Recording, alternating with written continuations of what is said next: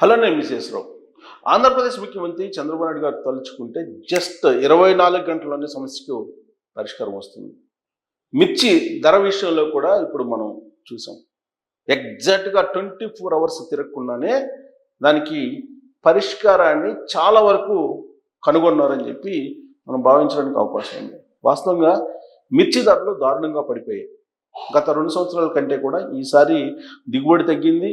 మిర్చి ధర కూడా దారుణంగా పడిపోయింది. దానికి కారణం ఎగుమతులు తగ్గడం.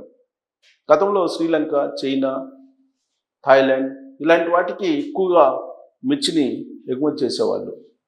కానీ ఈ సంవత్సరం ఎందుకో మిర్చికి సంబంధించిన ఆర్డర్స్ రాలేదు. దాంతో దేశీయంగా ఉండేటువంటి డిమాండ్ మేరకు మాత్రమే కొనుగోలు చేస్తూ ఉన్నారు డీలర్లు. ఫలితంగా క్వింటాల్కి 11 నుంచి 13,000 మధ్యలో ఉంది రకాన్ని బట్టి. మేలు రకమైన దానికి హైయెస్ట్ 13,000, అంతకన్నా ఎక్కువ లేదు. అయితే ఉత్పత్తి వ్యయం పెరిగింది, వస్తున్నటువంటి ధర ఏమో తక్కువ ఉంది. అందుకే మార్కెట్ని స్థిరీకరించాలి అనే దాని మీద ఇప్పుడు కేంద్ర ప్రభుత్వం యొక్క స్కీముని తీసుకున్నారు.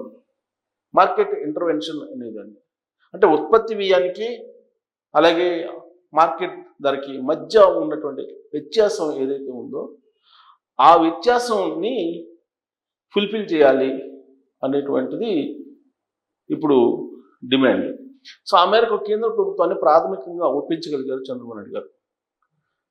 ఇటీవల ఢిల్లీ ముఖ్యమంత్రి ప్రమాణ స్వీకారానికి వెళ్ళారు చంద్రబాబు నాయుడు గారు.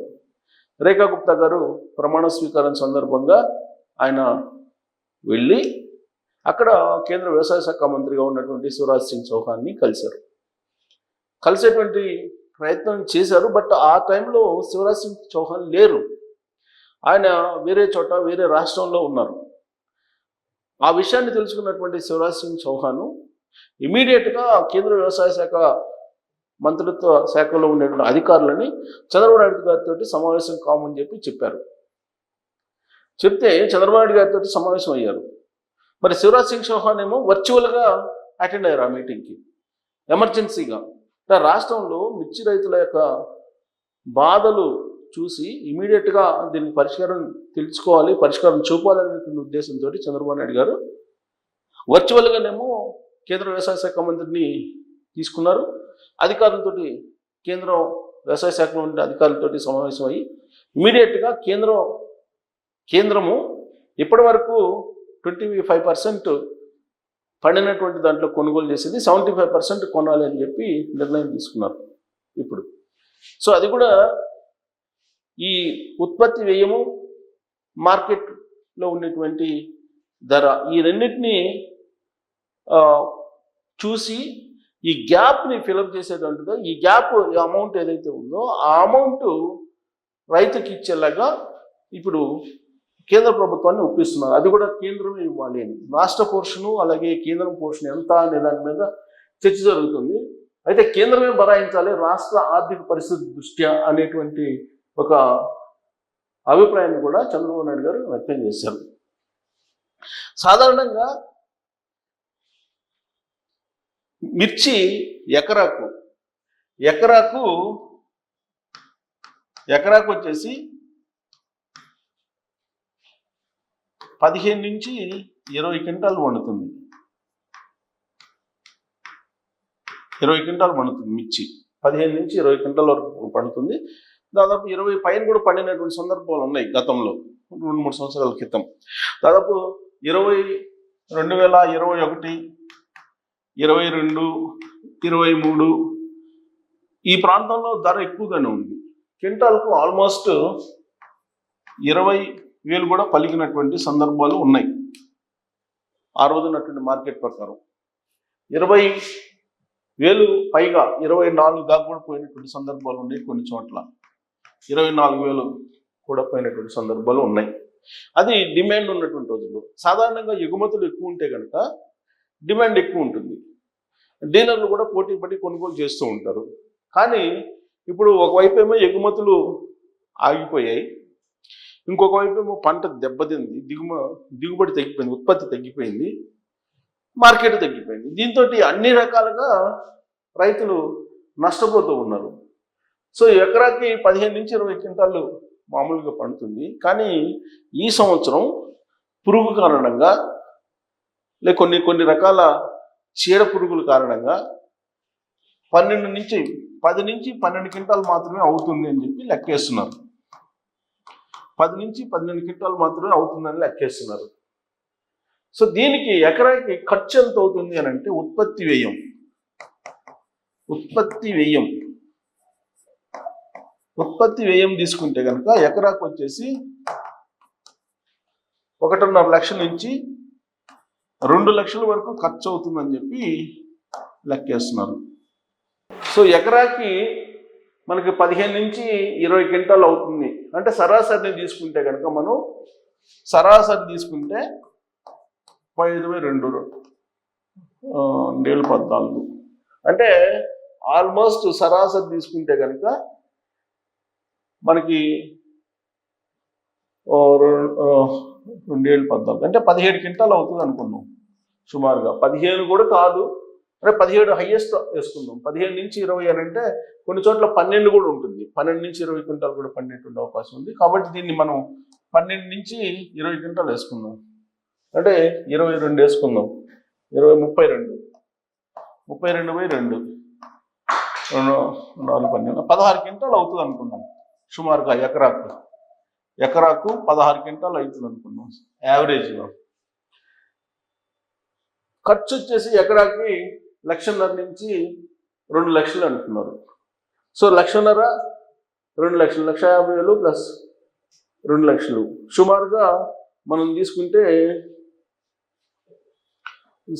యావరేజ్ కట్టుకుంటే కనుక ఒక 1,50,000 వేసుకుందాం. 1,50,000 2 లక్షలు తీసుకుంటే సరాసరి వేసుకుంటే కనుక 2 1 2 14 5 సరాసరి వేసుకుంటే కనుక 1,70,000 అవుతుంది యావరేజ్. ఖర్చు 1,70,000 అయ్యేటువంటి అవకాశం ఉంది. ఇది సరాసరి లెక్క. ఇది ఎకరాకు ఖర్చు. సో ఎకరాకు వచ్చేసి యావరేజ్న మనకి ఎంత వచ్చింది? క్వింటాల్కి వచ్చేసి 16 క్వింటాలు వచ్చింది యావరేజ్న. సో యావరేజ్ రేట్ ఎంత తీసుకోవచ్చు ఇప్పుడు మనం? యావరేజ్ రేటు ఇదేమో ఉత్పత్తి వ్యయము యావరేజ్న 1,70,000, ఇదేమో ఎకరాకు 16 క్వింటాలు వస్తుంది. 16 క్వింటాలు ఇంటూ యావరేజ్ రేట్ ఎంత తీసుకోవచ్చు మనకి? ఇప్పుడు 10,000 నుంచి 12,000 పలుకుతుంది. 10,000 నుంచి 12,000 అంటే సరాసరిని మనం వేసుకుంటే కనుక 11,000 వేసుకోండి. అంటే ఇప్పుడు 16 క్వింటాలు ఇంటూ 11,000 వేసుకోవాలి రాబడి. అంటే ఇప్పుడు 1,76,000. సో ఇప్పుడు 1,70,000 పెట్టుబడి అవుతుంది. 1,70,000 యావరేజ్న పెట్టుబడి అవుతుంది. ఈ లెక్కన సరాసరి లెక్క చూసుకుంటే 1,76,000 వస్తుంది. ఇది మనం 6,000 ఎకరాకి ప్రాఫిట్ వస్తుంది. ఇది దాదాపు చిరకాలం కష్టపడి పండిస్తే 6,000 సక్రమంగా వస్తే, నేను చెప్పిన రేటు ఇది వేస్తే 6,000 ఎకరాకి మిగిలేటువంటి అవకాశం ఉంది. సో ఈ 6,000 కోసం ఇంట్లో ఉండేటువంటి ఒక 3 4 ఉంటారు. యావరేజ్ 3 వేసుకుంటే ఈ 3 పనిచేస్తుంటారు, సంవత్సరం మొత్తం పనిచేస్తారు. 12 నెలల పాటు పనిచేస్తూనే ఉంటారు ఈ మిర్చి కోసం. అంటే 3 ఇంట్లో ఉండే కుటుంబం మొత్తం పనిచేస్తే 6,000 మిగులుతాయి. మరి వాళ్ళు ఎలా బతకాలి? ఎలా బతికే అవకాశం ఉందా?